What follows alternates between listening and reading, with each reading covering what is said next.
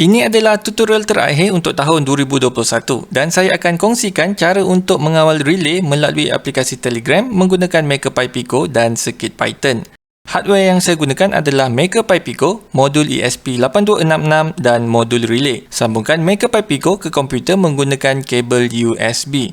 Buat Telegram bot melalui bot father dan anda akan diberikan token untuk digunakan pada coding nanti. Kemudian dapatkan 3 library ini di CircuitPython Library Bundle. Gunakan contoh kod yang saya kongsikan di page tutorial Cytron. Gantikan bahagian ini dengan SSID, password dan token Telegram bot. Save untuk run program.